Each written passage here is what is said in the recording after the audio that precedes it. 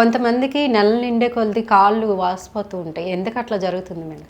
చాలా వరకు ఇది డిపెండెంట్ ఎడిమా ఉంటుంది. అంటే బరువు పెరుగుతున్న కొద్దీ, అంటే బేబీ వెయిట్ పెరుగుతున్న కొద్దీ గర్భసంచిలో బేబీతో పాటు మనకి ప్లసెంటా ఉంటుంది, లైకర్ ఉంటుంది, అవన్నీ బరువు వేరే ఆర్గన్స్ మీద కూడా పడుతుంటుంది. అక్కడే ఇన్ఫీరియర్ వెనకేవా అన్నీ ఉంటాయి కదా, వాటి మీద పడి అది డిపెండెంట్ ఎడిమా ఉంటుంది. అంటే వాళ్ళు ప్రొలాంగ్డ్గా నిల్చొని ఉన్నా కానీ, లేకపోతే చాలా ఎక్కువసేపు కూర్చున్నా కానీ వాళ్ళకి ఈ పాదాల్లో నీరు వచ్చేస్తుంటుంది, వాపులాగా వస్తూ ఉంటుంది.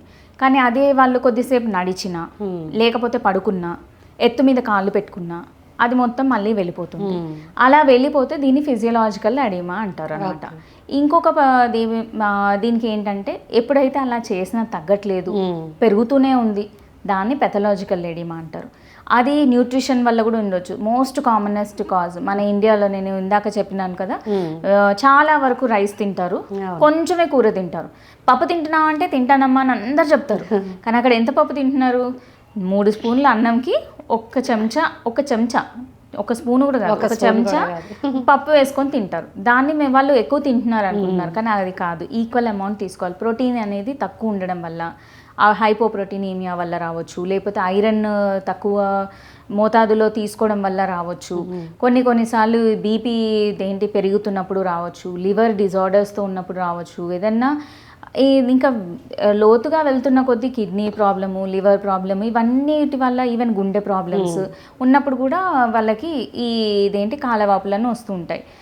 వీళ్ళ వరకు గుర్తుంచుకోవాల్సింది, నార్మల్గా ఈ మీడియం త్రూ నేను చెప్పాలనుకుంది ఏంటంటే, వాళ్ళు రోజువారీ చేసే పనులలో కాలవాపు కనిపించింది, పడుకున్నా వాక్ చేసినా తగ్గిపోయింది అంటే పర్లేదు, ఇమ్మీడియట్గా డాక్టర్ దగ్గరికి ఉరకాల్సిన అవసరం ఉండదు. కానీ అది ఎంత చేసినా తగ్గట్లేదు, పెరుగుతూనే ఉంది అనుకున్నప్పుడు మాత్రం ప్లీజ్ ఇమ్మీడియట్గా డాక్టర్ని సంప్రదించండి. ఇంకా సొంత వైద్యాలు, కాళ్ళల్లో వేడి నీళ్ళలో ఉప్పులు వేయడము, దాంట్లో కాళ్ళు పెట్టడము, ఇంకా చేయడం అనేది మాత్రం రాంగ్ పద్ధతి. ఇంకా కొన్ని రోజులు అయ్యాక చూద్దాం అన్నది లేట్ చేయొద్దు. ఎందుకంటే దీంట్లో చెప్పాను కదా, ఒకవేళ బీపీ పెరిగినట్టయితే పేషెంట్ ఒక్కొక్కసారి ఫిట్స్ త్రో చేసి కోమాలోకి వెళ్ళే ఛాన్సెస్ కూడా ఉంటుంది. ఒక సింపుల్ థింగ్ మనము తెలుసుకోగలిగితే ఒక స్త్రీ ప్రాణాన్ని ఈజీగా కాపాడగలుగుతాం, వాళ్ళని అంత డిసీజ్ మార్బిడిటీ వరకు తీసుకెళ్లకుండా ఆపగలుగుతాం అనమాట. అంటే ఇప్పుడు వైద్య రంగం అనేది బాగా అభివృద్ధి చెందింది, కానీ ఇట్లాంటి డేస్లో నార్మల్ డెలివరీస్ అనేవి చాలా తక్కువగా చూస్తున్నాం మేడం, ఎందుకని అంటారు? ఇది వైద్య రంగము డెవలప్ అయిందా అన్న దానికన్నా చెప్పాలంటే ఆధునీకరణ ఎక్కువయింది. దానివల్ల మనిషి సెడెంటరీ లైఫ్ ఎక్కువయింది, మొత్తం ఈకో స్ట్రక్చర్ అన్నీ అవి చేంజ్ అవుతున్నాయని చెప్పాలి. ఒకప్పుడు మన వెనకాల తిరిగి చూస్తే మా అమ్మమ్మ, మీ అమ్మమ్మ గారు కానీ బామ్మ గారు కానీ వాళ్ళు చూస్తే వాళ్ళు బావి దగ్గరికి వెళ్ళేవాళ్ళు, నీళ్లు చేదేవాళ్ళు, పనులు చేస్తూనే ఎగ్జాక్ట్లీ పొలం పనులు అని అనట్లేదు నేను, ఇంట్లో కూడా చాలా పనులు ఉండేవి. అది పని అంటే. ఇవాళ చాలా మంది నేను ఇంట్లో పని అంతా చేసుకుంటున్నాను అంటారు. ఏం చేస్తున్నారు? మాప్ కట్ట తీసుకొని ఇలా అనేయడం, లేకపోతే షవర్ ప్రెస్ చేస్తే నీళ్లు కింది కొంగి బకెట్లోకి వెళ్ళి కూడా తీసుకోవాల్సిన అవసరం లేకుండా ఇలా అనగానే పైన నీళ్ళు వచ్చి పడుతున్నాయి. సో నాట్ ఈవెన్ మనం బెండింగ్ యాక్టివిటీ కూడా మర్చిపోయాము. పాత పద్ధతి ఇండియన్ స్టైల్ ఆఫ్ టాయిలెటింగ్ కానీ, లేకపోతే మన చెక్కి విసరడం కానీ, చాటతో చెరగడం కానీ, ఇవన్నీ ఒక కైండ్ ఆఫ్ ఎక్సర్సైజ్. ఇవేవి లేకుండా అన్నీ రెడీగా జరిగిపోతున్న ఈ ఆధునీకరణ వలన చాలా వరకు లేడీస్కి ఏమవుతుందంటే అంత ఎక్సర్సైజింగ్ లేదు. ఆ లేకపోవడం వల్ల మన కండరాలు ఏమైపోయినాయి అంటే అవి బిగుసుపోయినట్టే, వాటికి కంటిన్యూస్ ఎక్సర్సైజ్ అనేది లేకుండా పోయింది. అందుకే ఇప్పుడు మీరు వైద్య రంగం అభివృద్ధి చెందింది అని చెప్పిన దాంట్లో మేమంతా ఎటు కృషి చేస్తున్నామంటే డాక్టర్స్ చేస్తున్నారు అని ఒక పేరు వస్తుందని, డాక్టర్స్ కాదమ్మా. అందుకనే ఇప్పుడు డెలివరీస్కి వచ్చే వాళ్ళకి కంపల్సరీ యోగా అనేది, యాంటీనేటల్ ఎక్సర్సైజెస్ అనేది, పోస్ట్ నేటల్ ఎక్సర్సైజ్ అనేది, ఇంట్రాపార్టమ్ కూడా డెలివరీ అయ్యేటప్పుడు కూడా బాల్స్ ఇవ్వడము, వాళ్ళతో ఎక్సర్సైజ్ చేపించడము, డాన్సులు చేపించడము, ఇవన్నీ నార్మల్ డెలివరీకి హెల్ప్ చేస్తాయి. అండ్ ఇవన్నీ చేసినంత మాత్రం నార్మల్ అవుతుందా అన్నది మనం ఇప్పుడే చెప్పలేము. ఎప్పుడైనా కానీ లేడీ లేబర్లో సెట్ అయినాక ఆ నిమిషము ఆ ద్వారం ఎలా ఉంది, ఆ బేబీ ఎలా ఉంది, ఎంత గట్టిగా నొప్పులు వస్తున్నాయి, ఇవి 3 ఫ్యాక్టర్స్ డిసైడ్ అవుతాయి. పెయిన్స్నే పవర్ అని అంటాం అనమాట. ఆ టైంలో వచ్చే పెయిన్స్, ఆ ద్వారము అండ్ ఆ బేబీ ఈ 3 దేంటి వల్ల డిసైడ్ అవుతుంది. అప్పుడు నార్మల్ అవుతుందా లేకపోతే ఆపరేషన్ వల్ల చెయ్యాలా, ఇంకా కొద్దిగా అటు ఇటు ఉండి కొంచెం హెల్ప్తోని మనకి వెంటూస్, వ్యాక్యూమ్, ఫోర్సెప్స్ అన్నది ఉంటుంది, అవి కూడా హెల్ప్ చేసి మనం చేయొచ్చా. వీటి మీద డిసైడ్ చేసేది ఓన్లీ డెలివరీ టైంలోనే. ముందస్తుగా చాలా మంది అడుగుతుంటారు 3 నెలలకే వచ్చేసి మేడం నాకు నార్మల్ చేస్తారా, మీరు నార్మల్స్ చేస్తామని విన్నాం మేడం చాలా వరకు, అందుకని మీరు నార్మల్ చేస్తారమ్మని నాకు అని ముందే అడుగుతారు. పాపం చాలా అమాయకంగా అడుగుతారు వాళ్ళు. కాకపోతే ఏంటంటే ఇవన్నీ ఎక్సర్సైజ్ నువ్వు చెయ్యమ్మా, అది చేసినప్పుడు నీకు హెల్ప్ అవుతుంది, easy delivery berthing process easy అవుతుంది. ఇట్ ఈస్ నాట్ దట్ అవి చేసినందుకు నీకు ఖచ్చితంగా నార్మల్ అవుతుందని ఎవరు చెప్పలేము. ఓకే. అండ్ ఒకవేళ సిజేరియన్ అయినా కానీ ఈ ఎక్సర్సైజెస్ వల్ల వాళ్ళకి పోస్ట్ ఆప్ రికవరీ చాలా బాగుంటుంది. వాళ్ళు ప్రొలాంగ్డ్గా ఏదో సిక్గా ఫీల్ అవ్వరు, నొప్పులన్నిటిని చాలా త్వరగా అదేంటిది రికవర్ అవ్వరి బయటకు వచ్చేస్తూ ఉంటారనమాట. సో ఈదర్ వేస్ యాక్టివ్గా ఉండడం చాలా important. Okay, through out pregnancy. అట్లానే కొంతమంది ఏం చేస్తారంటే ముందంతా నార్మల్గా ఉండి ప్రెగ్నెన్సీ రాగానే ఇప్పుడు నేను వాకింగ్ స్టార్ట్ చేస్తాను, ఇప్పుడు నేను స్విమ్మింగ్ స్టార్ట్ చేస్తాను అని చేస్తూ ఉంటారు. ఇది కూడా ఒకటి రాంగ్ పద్ధతి. ఒకవేళ వాళ్ళు ముందు నుండి నడక చేస్తున్నారు, వాక్ చేస్తున్నారు అనేది, నడక అనేది వాళ్ళ అదేంటి part and parcel of life. Office వరకు వెళ్ళాలంటే సగటున 1/2 కిలోమీటర్ నడిచి వెళ్తున్నారంటే వాళ్ళకి అది రోజువారీ పద్ధతి కాబట్టి అది కంటిన్యూ చేయొచ్చు. ఎలా అయితే ఒక మట్టి పని చేసే వాళ్ళు వాళ్ళ రొటీన్లో వాళ్ళు ప్రెగ్నెన్సీ వచ్చినా అది కంటిన్యూ చేసినా వాళ్ళకి ఇబ్బంది కాదు. అదే ఫస్ట్ టైం ఏంటిది ఆ పని చేస్తున్నారు ఆఫ్టర్ ప్రెగ్నెన్సీ అంటే అది హెవీ వర్క్ అవుతుంది, అప్పుడు అది మిస్క్యారేజెస్ అయ్యే ఛాన్సెస్ ఉంటాయి. సో ఈ చిన్న డిఫరెన్స్ మనకు తెలిసి ఉండాలి. సో ఎక్కువ యాక్టివ్ లైఫ్ స్టైల్ మంచిగా నార్మల్ డెలివరీస్కి హెల్ప్ అవుతుంది. కంట్రోల్డ్ వెయిట్ గెయిన్, ఇందాక అడిగిన దాన్ని బట్టి కంట్రోల్డ్ వెయిట్ గెయిన్ ఉన్నా కానీ నార్మల్ డెలివరీస్ అయ్యే ఛాన్సెస్ ఉంటాయి. ఫ్యాక్టర్స్ డిసైడ్ చేసేది మాత్రం డెలివరీ టైంలోనే, ముందు మాత్రం చెప్పడం ఇబ్బంది. అంటే కొన్ని కేసెస్ చూసుకుంటే మేడం డెలివరీ తర్వాత మళ్ళీ మెన్సెస్ రాకుండానే ప్రెగ్నెన్సీ అయిన కేసెస్ కూడా ఉంటాయి. ఎందుకు అట్లా జరుగుతూ ఉంటుంది? ఇది ఒక నేచర్లో ఒక బ్యూటిఫుల్ థింగ్ ఉంది ఏంటంటే లాక్టేషనల్ అమెనోరియా. మొత్తం త్రూ అవుట్ ప్రెగ్నెన్సీలో పీరియడ్స్ రావు. ఆ మహిళ మొత్తము దేంటిది బేబీ ఎదుగుదలకి హెల్ప్ అవుతూ ఉంటుంది. బేబీ డెలివరీ అవుట్ అయిపోయినాక కూడా హార్మోన్స్ హై లెవెల్లో ఉంటాయి. ప్రొలాక్టిన్ లెవెల్ అనేది చాలా హై ఉంటుంది, ఎందుకంటే దాని నుండే పాలు ఉత్పత్తి అవుతూ ఉంటుంది, బ్రెస్ట్ ఫీడ్ చేయడానికి హెల్ప్ అవుతూ ఉంటుంది. ఇది చేసేటప్పుడు ఏమవుతుందని అంటే పీరియడ్స్ రాకుండా మైల పొర పెరగకుండా ఆపేస్తుంది అనమాట.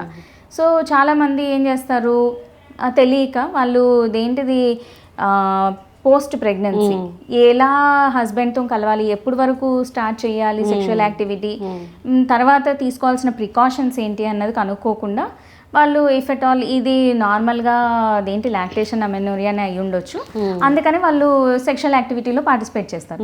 చేసిన వెంటనే వాళ్ళకి దేంటిది ఇంకా పీరియడ్స్ రాలేదు అని అంటే అది పాలిస్తున్నాం కదా అందుకే రావట్లేదు అని అనుకుంటారు. కానీ తీరా చూస్తే వాళ్ళు ప్రెగ్నెన్సీ వచ్చేస్తుంటుంది. ఒకసారి అయిన ప్రెగ్నెన్సీ వచ్చిన లేడీ మహిళ ఎవరైతే ఉన్నారో వాళ్ళు త్వరగా ప్రెగ్నెన్సీ వచ్చే ఛాన్సెస్ ఎక్కువ ఉంటుంది. వాళ్ళు హై ఫికండిటీ అంటాం, చాలా ఫర్టైల్ ఉంటారు, మళ్ళీ వెంటనే ప్రెగ్నెన్సీ వచ్చే ఛాన్సెస్ చాలా హై ఉంటుంది. అందుకే post delivery compulsory family planning services అనేది ప్రొవైడ్ చేస్తూ ఉంటాం. కానీ చాలామంది ఇష్టపడరు, అంటే మందులు ఎక్కువ దేంటిది సజెస్ట్ చేయలేము, ఎందుకంటే బేబీకి బ్రెస్ట్ ఫీడ్ చేస్తుంటారు కాబట్టి. యాజ్ సచ్ బ్యారియర్ మెథడ్స్ కానీ కాపర్ టీ, ఐయుసిడీస్ కానీ చెప్పినప్పుడు చాలా తక్కువ మంది దాన్ని తీసుకుంటూ ఉంటారు అనమాట. ఈ ప్రికాషన్స్ అనేది ఫాలో అయినట్టయితే మాత్రం దేంటి ప్రెగ్నెన్సీ టు ప్రెగ్నెన్సీ మధ్యలో దేంటి గ్యాప్ అనేది పెట్టుకోవచ్చు మంచిగా. అంటే ఇప్పుడు బేబీకి మధ్యన ఎంత గ్యాప్ రావాలంటారు? ఒక్కొక్కరు 3 years అంటారు, ఇంకొకరు ఎక్కువ లాంగ్ 7 years 10 years గ్యాప్ లేదు నాట్ 7 years. అది any time 2 to 3 years is always ఒక మంచి గ్యాప్. ఒక దేంటి వాళ్ళని చూసినా కానీ ఒక 3 years బేబీ ఉన్నప్పుడు మళ్ళీ మీరు ప్రెగ్నెంట్ అయితే ఆ బేబీ మెచ్యూరిటీ లెవెల్ కూడా బాగుంటుంది, వీళ్ళిద్దరు బాండింగ్ కూడా కరెక్ట్గా.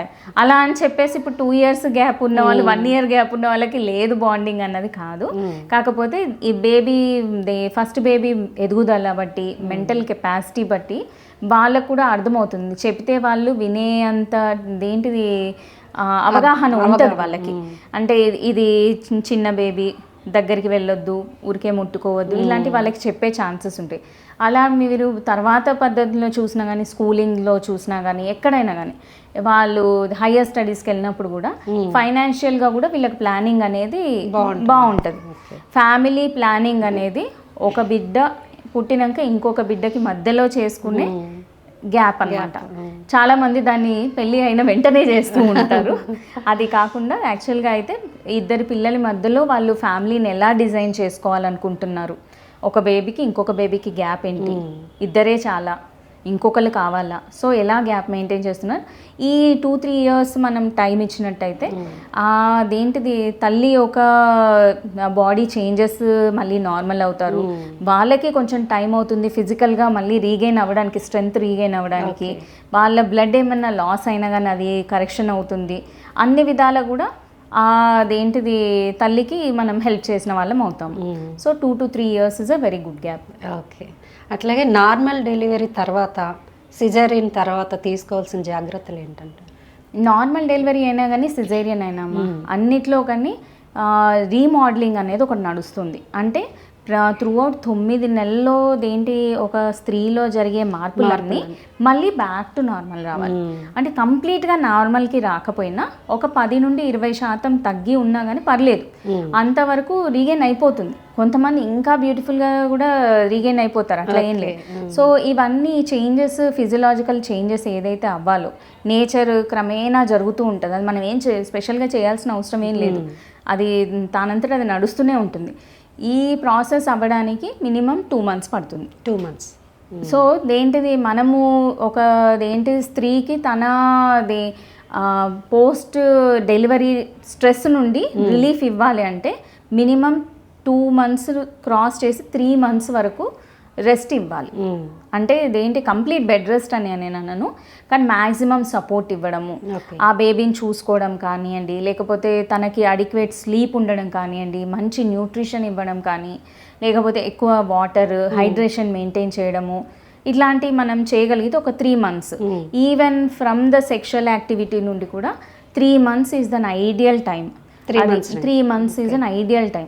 ఆ టైం తర్వాత వాళ్ళు మళ్ళీ if at all they want to become sexual active, then దేంటిది టేక్ అ ప్రాపర్ అడ్వైస్, ఎటువంటి పద్ధతిని వాళ్ళు ఫాలో చేస్తే వాళ్ళు పిల్లల మధ్యలో గ్యాప్ మెయింటైన్ చేసుకోవచ్చు, అది చూసుకొని ముందుకు వెళ్ళొచ్చు. అంటే నాతో పాటు మా ప్రేక్షకులకు కూడా చాలా మందికి ఉన్న డౌట్స్ అన్ని సగం వరకు క్లియర్ చేసేసారు madam. Thank you very much. నేను ఇది ఇంకా పూర్తిగా క్లియర్ చేయాలంటే ప్లీజ్ అప్రోచ్ మీ.